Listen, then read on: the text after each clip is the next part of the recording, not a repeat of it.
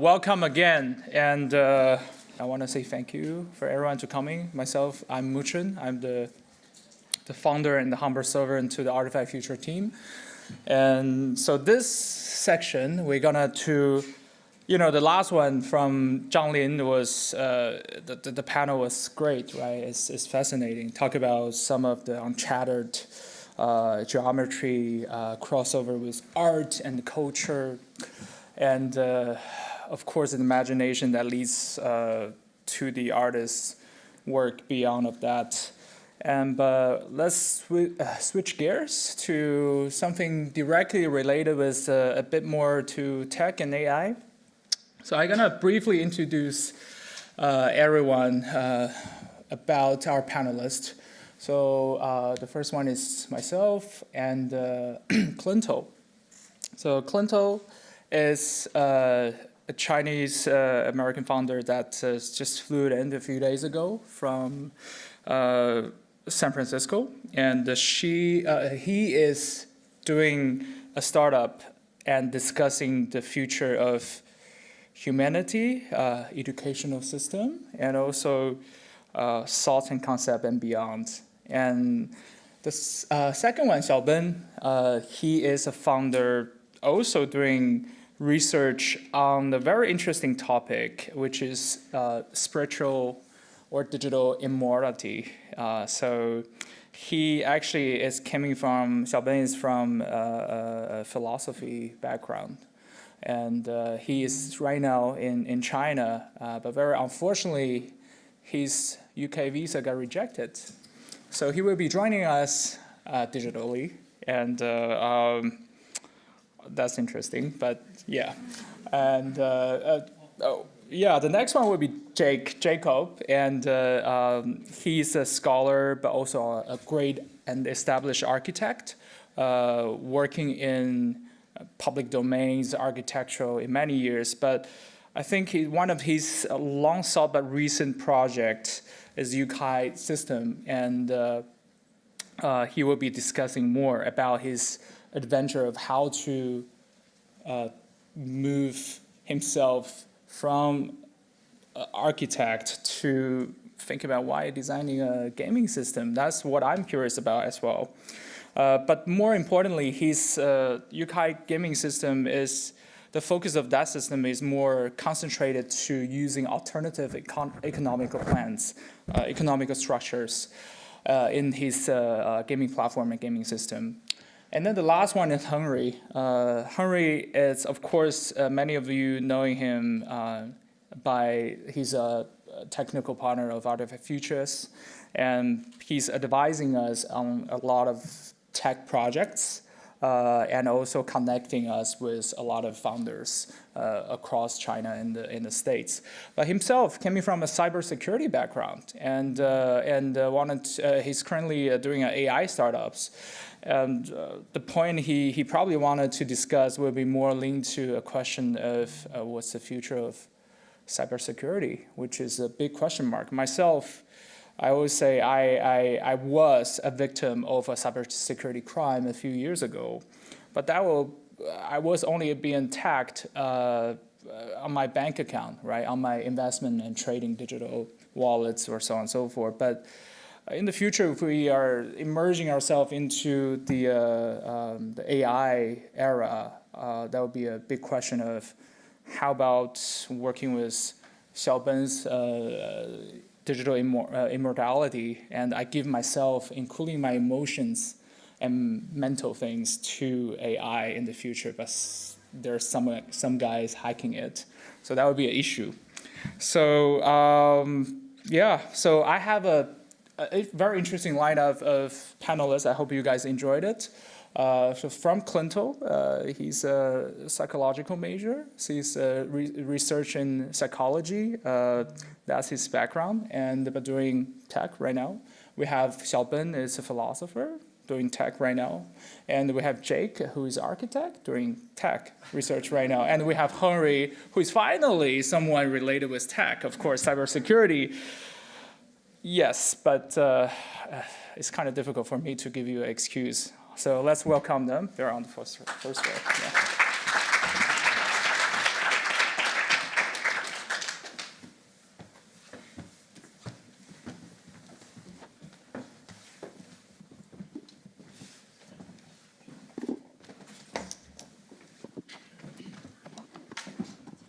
to put Xiaoben into this?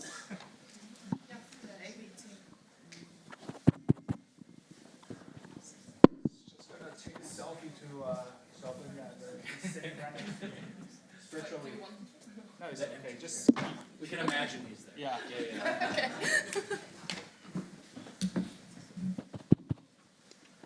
Well, all right. Okay. So welcome, guys. Well, let me introduce again Jake, Kolento, Henry, and Xiaoben. He's here. Well, yeah, Xiaoben. Can you see me? Are you able to see me? I can see you. Yes, great. I can see everyone on stage. Great. Yes, welcome. So, well, the builders Chit-Chat. The whole point of this is it's not that serious. Okay, so I'm actually positioning myself similar as you guys. I know them, of course, they're friends, but what they're doing is rapidly futuristic. And I only know a certain percent of what they're doing. So I'm positioning myself similar as you guys sitting in the audience seats. And I really want to know what you guys are doing. So maybe we start having some intro of each of you. Give a self-introduction, starting from probably Jacob. Oh, you want to start with? Should we go in the order of the slides? Because then that way. That's great. But how about Xiaoben? We're gonna eliminate your face right now.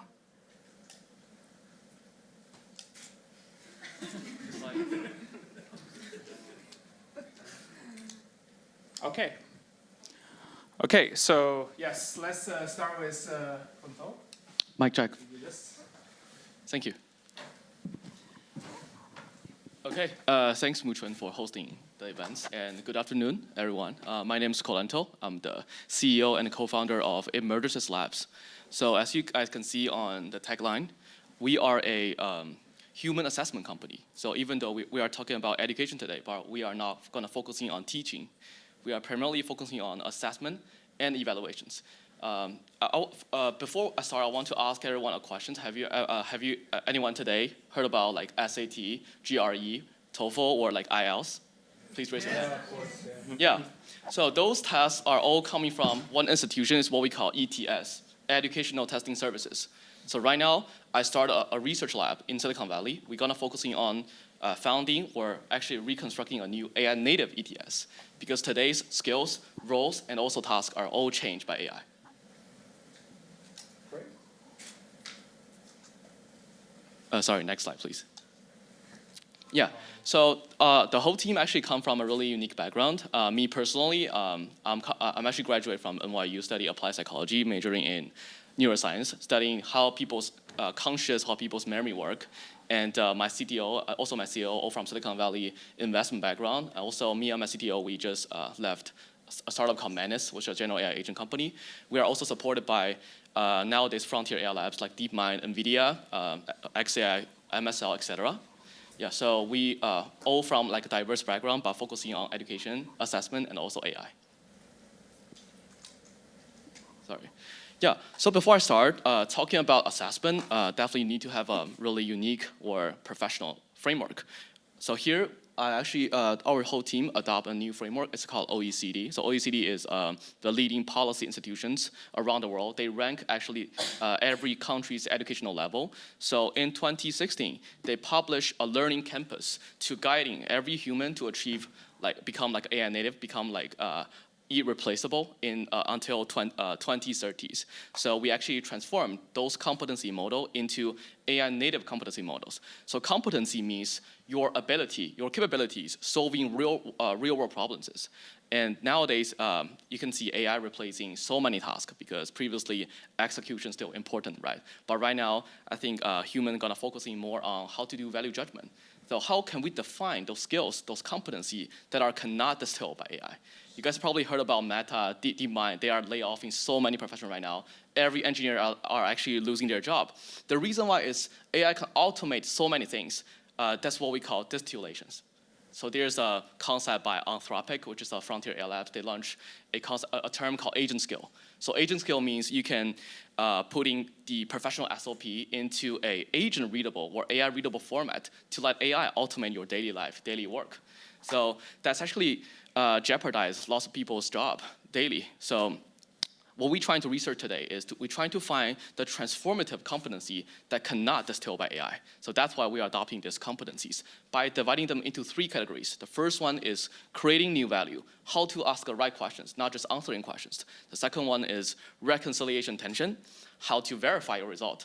And the third one is what we call taking responsibilities, how to sustain the consequence, sustain the outcome of if you do the wrong decision or the right decisions. Next slide, please. So currently, there's no solution for us, even for enterprise, to eval a AI native talent, because previously there's a concept called upskilling, which is the counterpart of actually descaling. So upskilling means you are insert AI into your old workflow. For example, if you are a product manager, you're probably going to write PRD, which is what we call product requirement document every day. But if you're just using AI generating PRD, which is kind of useless today because nobody are writing PRD in Silicon Valley. People are directly using Cloud Code, GPT, generating prototypes. So that's what we call reskilling. You are not just putting AI into your old workflow. You are using AI reconstruct your whole new workflows. So because previously AI are replacing like people's execution skills, right now the most important skill for human is to do value judgment, how to make every decision right, how to guide AI, how to orchestrate all the AI systems. So if a new role emerged from like a new skill, which means that what to measure already changed. So if the content of measurement changed, that means that we definitely need to have a new measurement framework. That's why we are starting today's AI labs. So for the use case part, we are launching the world first AI agent for workforce transformations. And we are primarily focusing on hiring, recruiting. The reason why is not only just educational system, they don't know how to eval people, also enterprises, right? We chat with lots of C-suite in the Silicon Valley enterprises. They all told me like, I don't need that much human inside the enterprises because we need to hire more AI to automate all the workflows. That's actually quite disappointed to me because I think AI is not mean to replacing human. AI is always mean to augmenting human. We can using AI to perform 10 times, even 20 times by effectively and also reliably using AI. That's why we start New Work. New Work is a AI agent for workflow transformations, and we are helping the enterprises to eval whether you are an AI native talent and helping them to filter those talents. Because as the demands of hiring decrease, the supply is still really high because people are being laid off. People are trying to reskilling themselves to finding a new job, which means that outsourcing probably are not that important anymore, but the filtering, assessment are becoming way more important. That's our major service is a B2B service. And for the other part, which is the last page, for the other part, which is the last page, is actually focusing on what we call new human. It's actually not on this PowerPoint today, because I think once people are sometimes being replaced by or even be kicked off by the enterprises, you definitely need to have a new channel to get back to your work, because I think people are trying to get their self-identity, self-fulfillment through working, right? Through creating new values. So how can we make sure people are not losing their job? That's why in the future we're gonna open a new school for every human to reskilling themselves by using new metrics, is what we call experiential learning. Because if we only teaching you guys knowledge, just like school, right? Letting you to reciting all the vocabulary, reciting those like notebooks, we think that's kind of useless right now because the most important skill, as I said before, is value judgment. So experiential learning means learning by doing. You are actually solving the real enterprise problems by using AI, which means that you are learning through solving real world problems and to increasing your competencies. Yeah, so that's basically how our research lab sees this and how we apply them into business context. Thank you, guys. Thank you. So I get a sense that Kolento speaks really fast, and which is very Silicon Valley speed. But it's great because I know him when he was still with Manners, but later on he just being super mysterious and say I'm doing something secret, and I'm gonna review that to you in about a few months. I can't ask because I don't want to lose this friend. So, but At first, thanks for everybody for having me here. My name is Xiaoben, and I'm the founder of the Everlasting AI. And I'm also the winner of the Berkeley Essay Prize of the 2025 for my research in the topic of the mind uploading and the digital immortality. And first, I want to share why I want to do this kind of research, because I want to see the end of the universe. But at this time, I think there's only one way to figure this goal. That is to live until the very end of it. So I start my startup Everlasting AI and use the technology we can reach now to build the infra of the mind uploading. And at first, I want to share a book on my hands.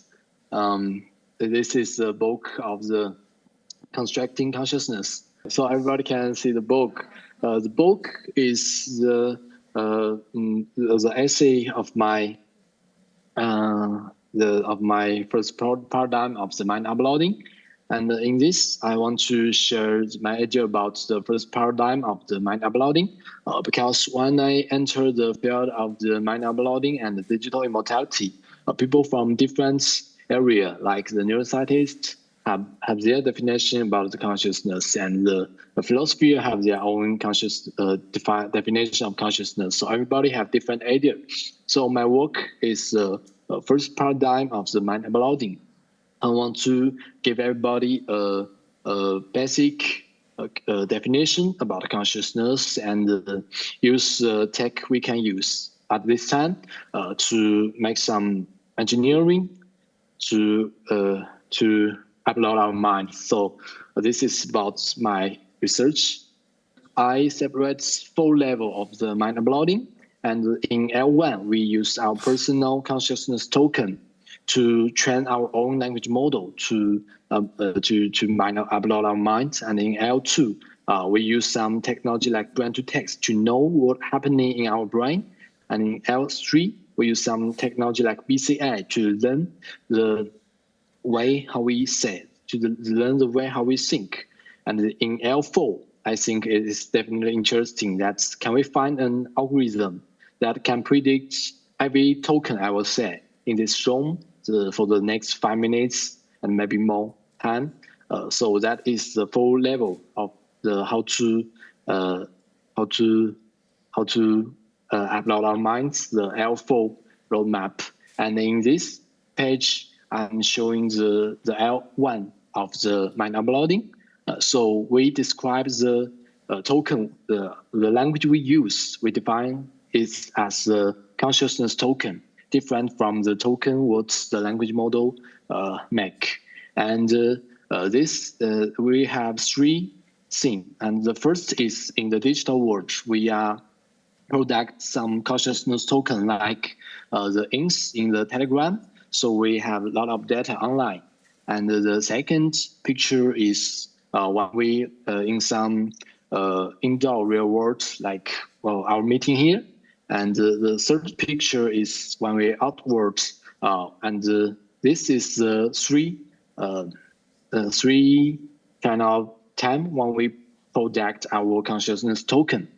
So the Everlasting AI is building the ecosystem to capture the consciousness token we product every day. For example, we have a product called AppMe that is online, can capture all the consciousness token online, and they use the data to train our own language model. And the second picture, we build some desktop company device to capture the conscious token. And in the third picture, we use some portable wearable recording device to take the conscious token. And here is our 3 products. The first is the biography journal, and we use some like the oral history. So we separate the human's life into the childhood and teenager and adulthood. We set different questions in this book, in this journal. So you can just like write a diary in this journal, in this biography journal. And when you finish this, you will get a life story of your own. And all this data, we can capture it online and use that kind of data to train our own model to train our own avatar. And the second is our device. This is a device look like Macintosh, and we use some hardware to learn how we say, and it can clone our voice, clone our thoughts, just in this box. And the third picture is the AppMe platform, and in this platform we use we have a onboarding Siri, and you can upload your thoughts data and your voice and like something like your image, and we can compress into a mind copy and use our Dreamfly mind model to run it. And in this platform, you can just compress your conscious token into like 10 MB. And if we want to collect all the people's consciousness token on the Earth, we might just need the 8000 T data. We can capture all our people's consciousness token, and I think that is very interesting.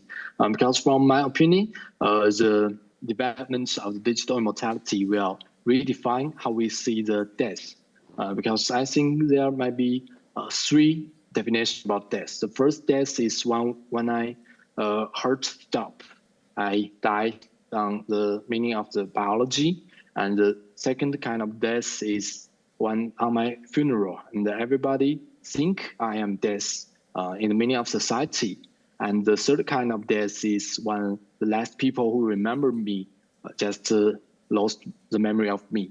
And we think the development of digital immortality can help us to be immortal in the meaning of the third death. I think everyone can remember us. And it's really interesting because just imagine that 500 years later, when the people at that time want to know how does people develop the technology of mind uploading 500 years ago, and the people at that time can just come to our own digital life and ask me, ask everyone here, that's how we make the technology of digital immortality into reality. And I think that is really interesting, and I hope everyone can love this kind of idea. Yeah, thank you. Thank you, Xiaoben. Yeah, so just a quick recap, and when I first time when I talking with Xiaoben, I was really intrigued by his idea and his research. Actually, his research and paper is really long, longer than this. And two of the example he used before was one of is this medical frozen of our body. Right after there's a few cases in the world that some patients, when they have cancers, and they decided to frozen their body and to seeking future medical treatment maybe a few decades later or a century later. So that would be one of the case study he has done before. And of course, to the mummies from Egypt that help use the culture and religion to reflect the immortalness. And the last thing he quoted was actually a film a few years ago. It's called Coco. So it's a film Coco. that is is reflecting Mexico Hispanic culture and festival of you will be remembered, where you still will exist if someone in this world living remembering you. So this is how I found really interesting about his project. But but overall, data gathering sounds a bit scary too. So let's move on to next. Okay, great. Is this working? Okay. So thank you for having us. My name is Jake Walker, and I'll talk about, for this builders chat, I'll kind of talk about building, in a sense, across three. I don't know if you necessarily call it domains, but I have sort of three approaches that I'm working on. So one is this startup that I'm working on called Yokai Systems, which is fundamentally about harnessing the power of video games to combat climate change. And I think video games are sort of an entry point to a kind of more core I would say, question or problem that is being examined, which is the relationship of our economy to natural systems. And I think fundamentally the problem with our current economic model is that there's really only one way that our economic model perceives or can make use of natural systems, which is as being considered as a resource for extractive practices. So basically, nature is a resource, you extract it, you commodify it, you put it on the market, people buy it. And that's basically the only way that our whole model functions right now. And I think that, if there, there are other ways that we actually value natural systems. So, biodiversity, carbon sequestration, land preservation, the spirituality of, non-human entities. Like there are many ways that humans actually value natural systems, but fundamentally our economic system, only has this one way of utilizing it. And so what happens is that when you get to issues such as climate change that we were talking about, discussions we were talking about earlier, you get this situation where people think, well, and this is my view, kind of the thesis of everything, where people think, well, it's a political issue. If we got our politicians and our governments to make the right policies, then, then we would be able to move the needle on this. And some people think it's a technological issue. If we get on all renewable energy and if we use stratosphere, aerosol injection to stop the sun, that's going to solve it. And a lot of people believe that it has to do with, community engagement. No more top-down organization, needs to be bottom-up organization. And while all of these things are fundamentally true and good, I believe that in a way they will all fail, primarily because the underlying system that we utilize still views the environment as a resource for extraction. So all of those other components are very, very important and need to be addressed, need to be explored, need to be figured out. But as long as the economy only has this one way of utilizing natural systems, then nothing's really going to happen. And so the kind of core idea of yokai is how do we utilize our current economic model in a way against itself to some degree to bring out other value systems potentially. And I think this is where video games come in a very interesting, at least for me, way, which is that video games through imagination, essentially, so through objectives that are created through narratives, metaphors, as well as more and more so through immersive virtual environments, that games are able to produce in humans a desire to collect points, a desire to collect pets, a desire to win, a desire to rank high, a desire to get new ears or a new sword. Whatever it is, there's this capacity to produce desire. And so what's happening is that one person or a group of people create a game in their mind, essentially, and then another mind, a player, adopts that construct. And because one mind has adopted the construct of another mind, all of a sudden desire is induced. And when you have this desire that's induced, then there's demands, and then when there are demands, there's the possibility to create real world value, or real world.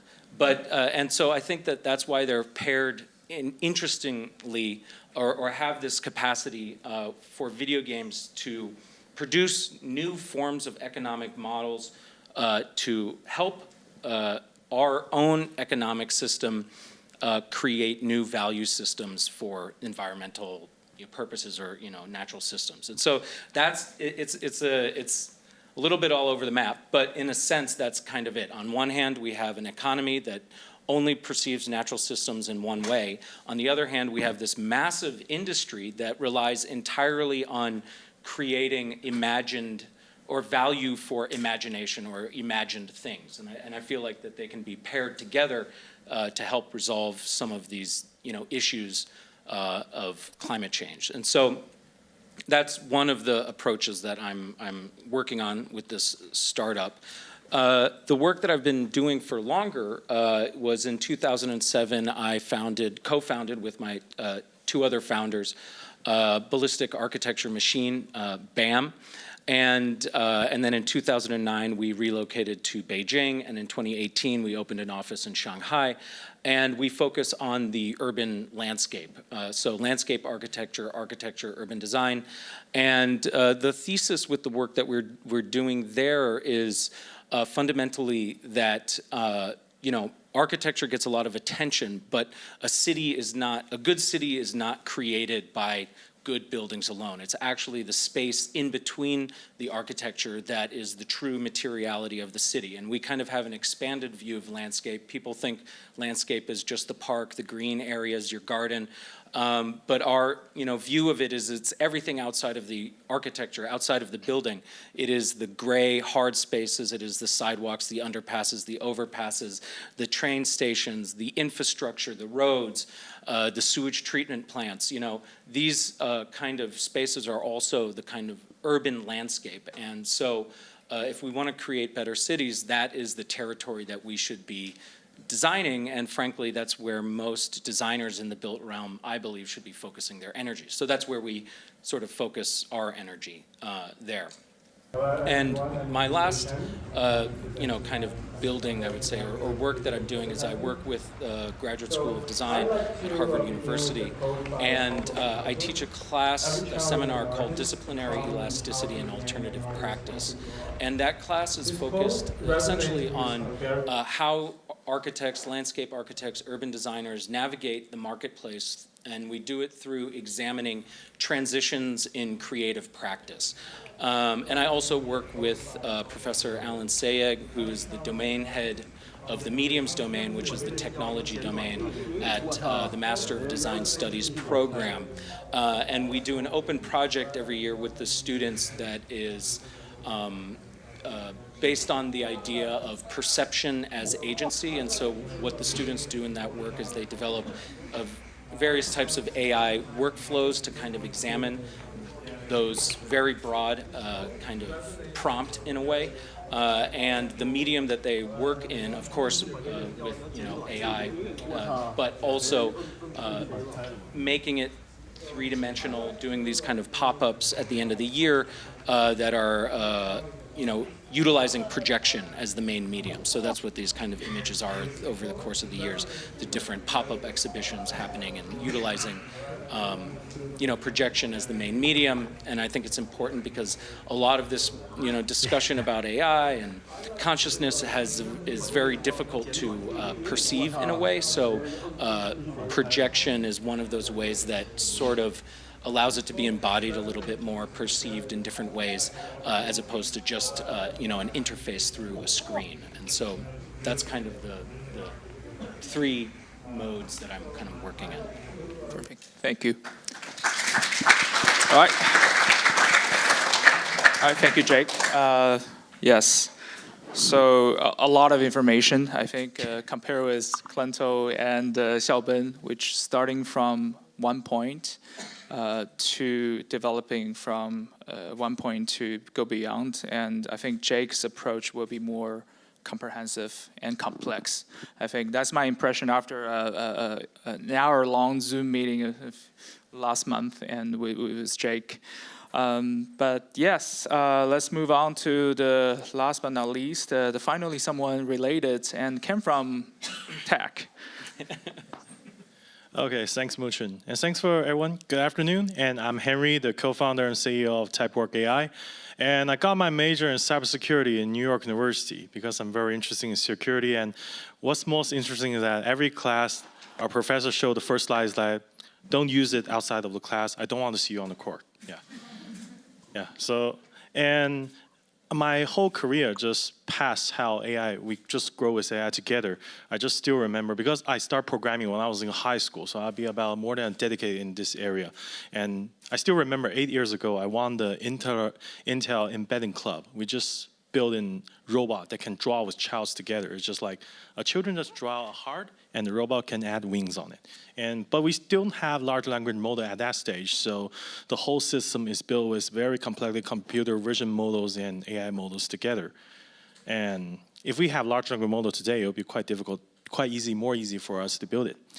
And also used to work at Tencent, the largest internet company in China, used as an engineer, and we also built some AI models to figure out the problem to merge data from different sources.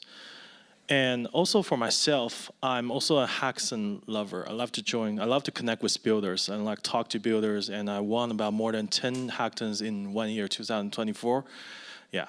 And that's about my personal background, and now let me introduce more about Typework. And what makes us want to find Typework is like, we found that more than 84% of the people in the world never touch AI, or they're still like in the pen and paper area. Because AI doesn't work they don't know well about AI, or AI doesn't fit the way they work. And Typework is an operation system for here to fix it. We want everybody to use AI. You can launch a business, a nonprofit, or even a school on Typework. It's like you make decisions and Typework does the best. We have an example here, is like Fitbay, a yoga studio in Hong Kong. And the founder never touched AI before. I think he even cannot identify what is laptop and PC is different. But with Typework, it's just through you have a business plan, you have your coaches. Usually our customers just like, they work everything work millions of dollars business per year on Excel, but they have very complicated business because that is a real world problem. We need AI to care about security. We need to identify where's the boundaries of AI, and Typework does it. You just threw everything, your business plan here, and we build the entire system. So now he has a member portal, and he has AI agents to collect payments. Everything done to him. He don't need to think about anything, and it makes his business scalable. And that is what actually Typework does. We also have a nonprofit organization that has more than 1,500 employees that are using Typework to do their training system. Yeah. Well, my speak is a little bit short, but that's all for me. Yeah, thank you. Yes. Well, yeah, okay, could we put Xiaoben back to the screen? Yes. Oh, yeah. Okay. Yes, thank you, Harry. Last minute catch. That's why you got rejected for UK visa. Probably a no-show, maybe. But, well, yes, the title of this conversation is more relaxed, right? It's Founders Chit-Chat. I'm start gossiping about things, right? So I'm curious about, well, since we are a little bit running behind the schedule, I only have one question, basically, formally, before I start dropping gossips. And it's why, like especially for three of you, for Kolento, for Jake, for Xiaoben, you came from a non-technical background when you are in academic training, or I would say Jake from hard techno background. Why, or what kind of thing, why moves you towards to this direction, right? It's like everyone is talking about AI right now, but majority of the we see a change that, for example, Anthropic start contacting and having a chat with Pope a few weeks ago, and but we see a change of more cultural leaders or more humanity side of engagement. But personally, I just curious about why. Like maybe Jake, you start. Yeah, I'll take that. I think for me, it doesn't seem like a very like a big, I don't know, like a jump necessarily. And I think that a lot of it has to do with, it's a longer story about how I, came to this idea for the yokai from the work that we were doing at BAM. And I think that fundamentally, especially because we deal a lot with environmental issues, especially as landscape design, company. And I think one of the things that's important to think about is that the scale of issue, often you're given a site. It could be that plaza is very small, or it could be the length of a whole river, right? And the problem, what you bring to bear with that problem has to relate to the scale of the site that you're dealing with. And so a lot of people like to imagine themselves or their profession as being able to address issues of any scale, right? Especially designers. I think I can do anything, right? And or you know, so I think that once you start getting up into issues that are like with the atmosphere, with the scale of economies and planets and whatever, you know, all this stuff, multiple societies, and it's not just a plaza or a park or a waterfront or an you know, a tributary or something like that, then you start to have to bring different tools, mechanisms, and thinking to bear to deal with the difference in scale. And so it was mostly about how do you deal with the scale of this issue. And that's kind of what led me to explore other things, which is that, you know, design has, no, not design has limitations, it's just that certain, you know, types of design have very specific domains. And if the scale goes out of that domain, then you kind of have to retool your thinking. Yeah, do you think your architectural background actually help you to think of like a new project starting from a structural way? I think the education is very much about how do you problematize things. It's not about like how do you find a solution, it's like how do you talk about the problem. And so if you can talk about the problem in interesting ways or informative ways, then you can develop solutions that people that are just trying to find solutions to problems aren't going to come to. So it's a lot about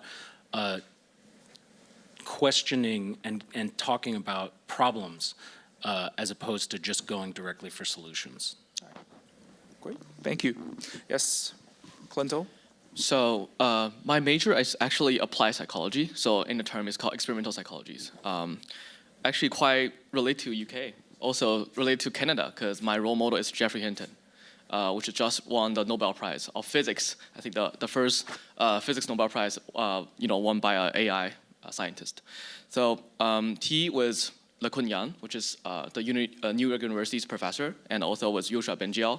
They actually invented a word called deep learning, which is actually comprised today's large language models. So for psychology, also for applied psych, it's actually his undergrad majors, which got me interested in why should I thinking about how human change, how human brain is working. So my focus is primarily on memory, also conscientiousness, how people's memory form, how people's memory change. I think from a long history, since Warren McClock published a word called neural network, the whole AI system transit from symbolism, which is they invent expert system like if A then B, right? As a rule-based system, transit them into what we call like neural symbolic, or what we call like neural network. People are trying to do like a brain-like system to simulate humans' brain, then transform them into AI systems. So if you are studying psychology, if you study especially neuroscience today, you definitely will be drawn into AI like industries. So that's why you can see Anthropic, OpenAI, Gemini, like a DeepMind, they all like hiring the people from neuroscience background. That's actually the first time got me intrigued by, you know, like how my like study translate into practice and also into work. The other interesting fact is actually in 1952, if I don't remember right, so 52 psychologists, they publish a journal on mainstream of intelligence. So that they define what's the definition of intelligence. So intelligence is not defined by technicians. It's actually defined by psychologists. Yeah, so I think my work are highly correlated to tech, also related to AI. And right now in Silicon Valley, we have two sides. The one is called effective accelerationism. So the leader is Sam Altman, right? And the other leader is Geoffrey Hinton. It's what we call AI alignment, super alignment, or what we call effective altruisms. So what I'm trying to build today, also what I'm trying to research on human brain neuroscience, are all coming from the last side, like effective altruisms, to making responsible AI, to making the AI to serve people bad, to let AI to augmenting humans. So that's actually all come from developmental psychology, cognitive psychology, and also neuroscience. Perfect. One follow-up question. Well, I'm just curious about, it's kind of different. So you're in Silicon Valley, and many of us here are, well, I'm from New York, but many of us, the audiences here are local. And per your observation, what's the differences, or what's the approach differences that between Silicon Valley AI or the UK AI in general. To narrow down a bit more is because I know the things you are trying to solve or the problem you're trying to solve is naturally lead from your study and then right now become a startups, right? And what's your biggest challenge right now? And that would be one of my questions. And second one is, how do you see the AI environment in UK in general? I'm really curious because, because you're from the West Coast, yeah. Yeah, thanks for the questions. So let me actually connect these questions together to answer the questions. So the first one is the difference between UK and the difference between US, UK's, especially Silicon Valley with London's environment. And the second question is, what's my difficulties when I'm doing startup? I think these are actually can be answered by one answers. So for me, when I'm choosing where to start startups, the first priority definitely is environment. Because environment are, that's what we call nurture versus natures, right? That's actually come from psychologists. Your genes is basically like the pre-training of human. So in AI system, we have pre-training, we have mid-training, continuous pre-training, and also we have post-trainings. So for gene, it's basically like a pre-training, but for the environment, it's like the post-training of like human. So that's why it intrigued me to start a startup in Silicon Valley because I think the environment is so hostile and it's so like focusing on building agent startups. So when I came to London, I think 4 days ago, I saw the logo of 11 Labs. I saw DeepMind. I also saw like other like startup like Replit. I think the UK system in general is actually really active because we can saw lots of AI frontier labs doing stuff here. We can saw like researchers are researching humanity here. We can saw like London Tech Week, right? That's the reason we came here. So I think compared with Silicon Valley, since London just started these things, just launching several frontier like research lab, I think the major difference is probably on the velocity of growing, of the speeding, like growing of the agent company. Because when you think about AI, I think everybody are thinking about Silicon Valley. So the major like parameter probably is the velocity. And the other part actually related to my difficulty when I'm doing startups is also velocity. When you are living in Silicon Valley, I'm personally living in SF, not in Palo Alto, but I think these two places are highly, like you have a really high speed to grow. That's why you can see so many new labs. So new lab means like the labs are reaching for 1 billion valuation within like before their raise actually, or during their raising. So every new labs, every like new agent AI agent company are growing so fast. So how can you catch the people's attentions? How can you catch like the users' needs? So you just need to work like every day. You cannot stop, actually. But when I work in London, I think people are trying to or gradually trying to adapt these velocity. People are still taking breaks. So I think the major difficulty probably is for me is to sometimes take a rest because I just mentioned one word is attentions. So in 2019 or 2018, like there's a famous paper, right? Attention is all you need. I think that's quite aligned with our today's pain point is how to gather people's attention, how to live, how to adapt, how to in such a really high-speed environment to gather people's attentions. So I think UK are gradually trying to gather more people's attention into this world, but compared with Silicon Valley, it still needs sometimes. But I'm actually quite questioned about whether we should gather that much people attention, or we should have so high speed to grow your AI agent startups, because that's actually a really debatable question. So just to summarize, I think major difficulty will align with your attention, your speed, and also your environment. Yeah, all affect the difficulties when I start the startups. Great, thank you. Yeah, so yes. Okay, Xiaoben. Yes. Okay. Your turn. Okay, so I remember the question is why people who is not from the background of technology was doing something like technology.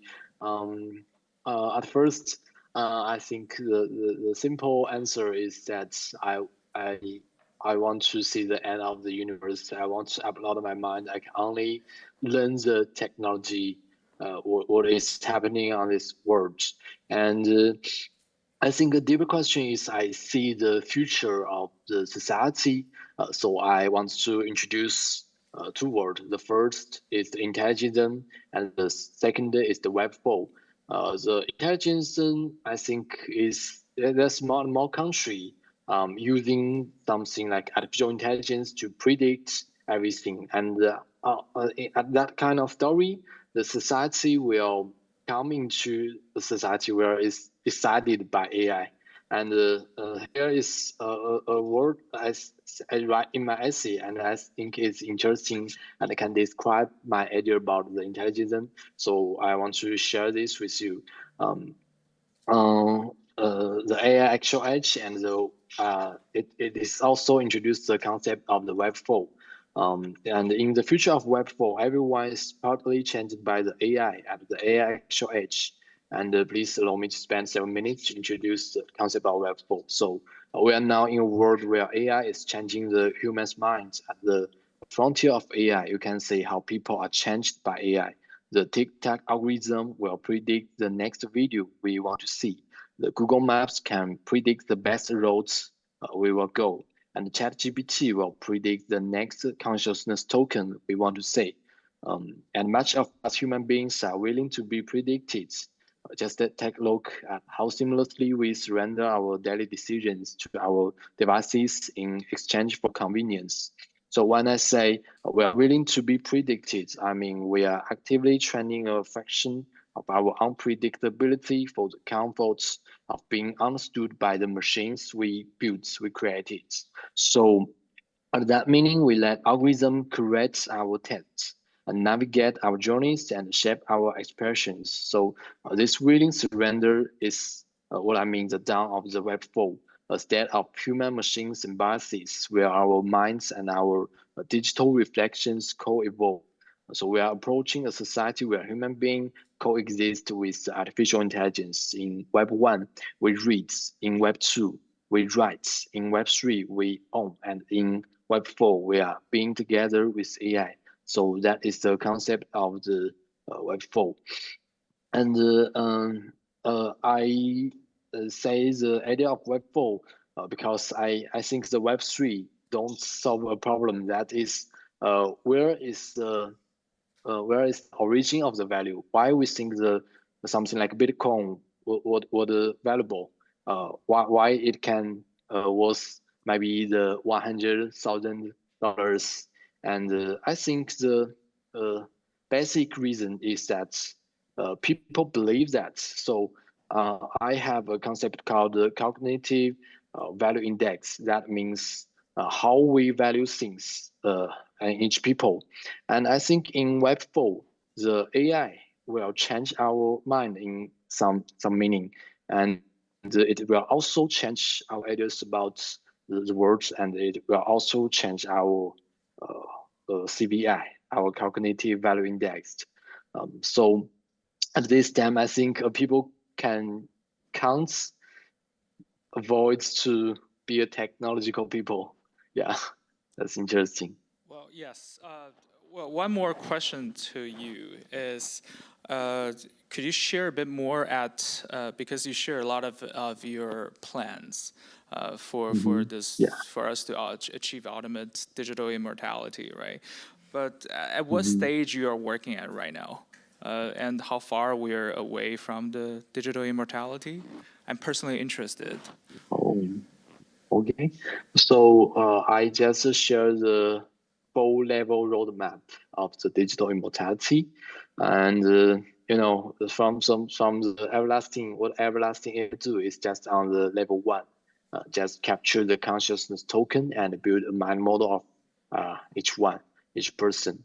And in the level 2, we said the brain-to-text technology use some brain signals to capture what we think. And the level 2 is a little bit far. Maybe in the 2023, some research from the Texas University in Austin, they use the signal like fMRI to capture what people say, but the is not so correct, maybe like 30% correct when we trying to decode the signal of what we think. And in level 3, I think it's more far, maybe like 10 years or 20 years, we use some BCI to learn how we think. And it is interesting that I noticed some technology use carbon-based instead of the silicon-based the material to build the BCI. And I think if the carbon-based BCI can work, that will be interesting. Maybe in the future we want to change our carbon-based brain into some immortal brain, so just like a normal thing in the future. And yeah, and the level 4 of the mind uploading I define is a question beyond the technology. That can we find an algorithm that predicts the next 5 minutes what I will say in this room? In the past, only the real world in itself can predict the things. But if we can find this kind of algorithm, maybe we will find that our world is not real. It was simulated. So I think the L4 of the mind uploading of digital immortality will be a question of philosophy. Yeah, I don't know if this can Yes, that's answer your a question. great answer, actually. Yeah. So last but not least, again. That's my question. Yeah. So the question was, well, it doesn't apply to you then.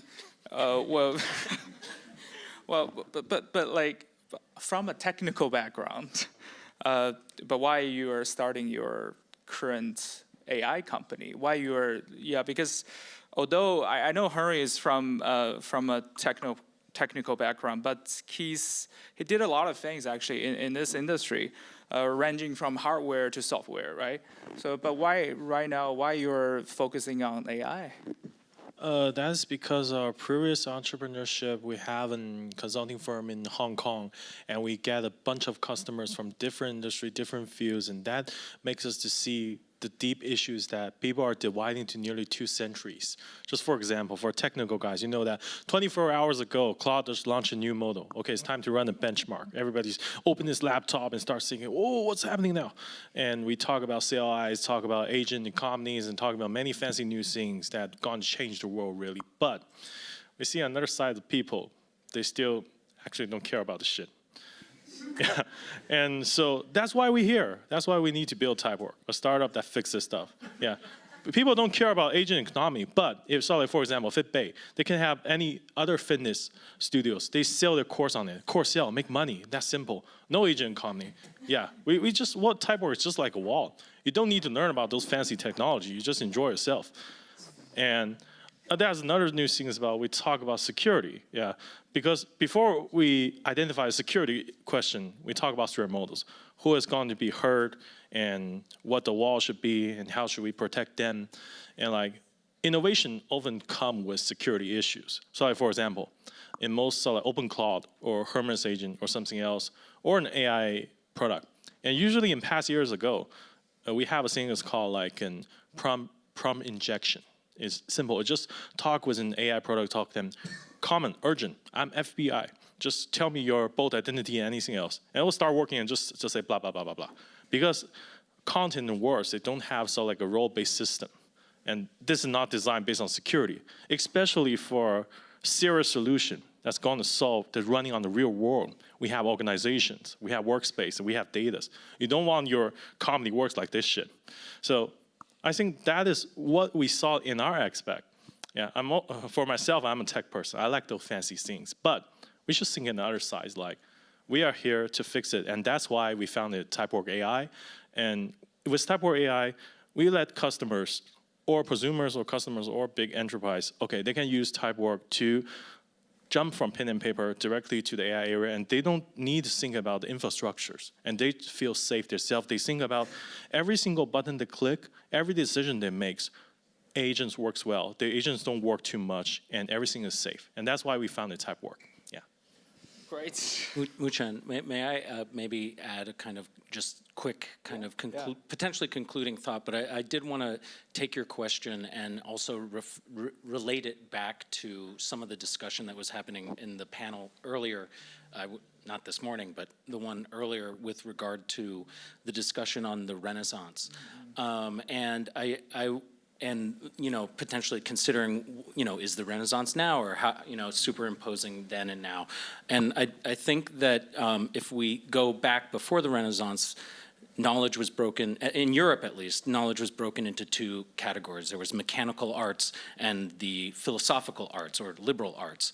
And then we got into this period of the Renaissance where I call it the kind of magical soup, where everyone was a polymath, right? There was you can draw, you're a scientist, you're a chemist, you're this, you look at the stars, you figured out this, all these sorts of things that were happening because there was these massive revolutions in thinking, and everything was kind of mixing together. And that's kind of one of my theories about why there are so many polymaths in that time, is because there was no distinction between this and that. The forms of knowledge were kind of mixing up. And what you get out of that is sort of where we're kind of still at now, which is this breakdown of professions based on industry and based on very distinct forms of knowledge. So there was a period in there pre-Enlightenment or during the Enlightenment where everything was nice and mixed up.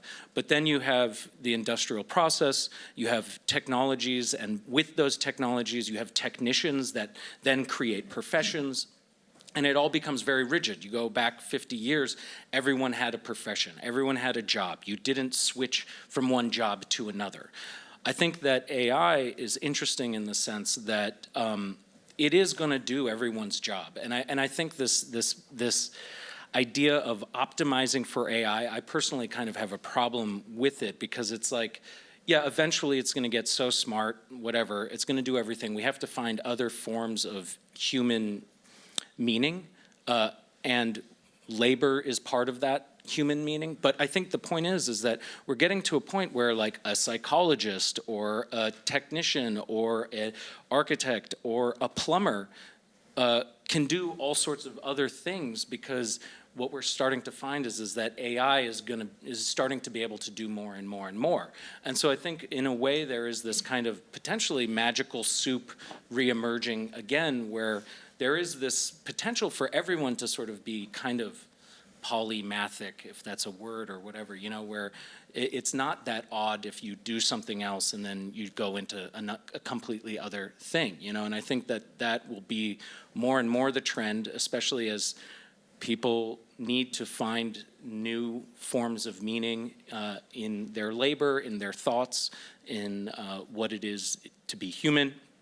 And there's going to be more exploration across all the domains. And so I think that is very much being triggered by AI, and therefore you can get a panel of supposedly non-technologists going into, heavy tech, or I don't think I necessarily am, but yeah.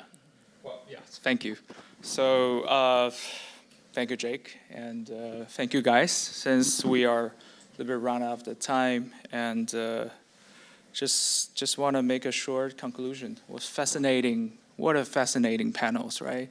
So I think I feel extremely lucky because with you guys sitting here, we can sit. It's more like a fireside chat, and with this opportunity of talking with people from different humanity background, and eventually we are working in a new era, and we're sitting here talking about where we're directing us to in the future.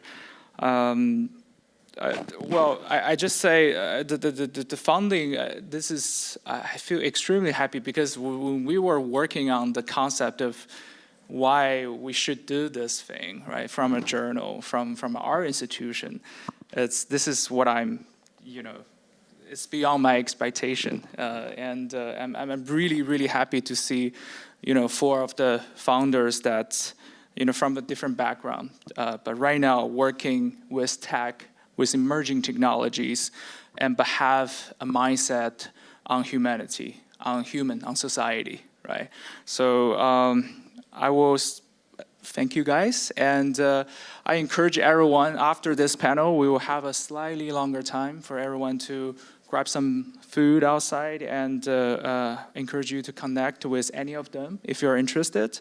And beside of that, across the foyer, there's 3 smaller rooms that we are showcasing some of the art experimentations. So you are more than welcome to go to change a mind, and then get back to on the evening session, which is leading by Annette Mies, who is a very, very reputable scholar, and will be the most important panels in the evening as well. So thank you, Jake. Thank you, Kolento. Thank you, Henry. And Xiaoben, are you here? Yes. Thank you. Yeah. Thank you, guys.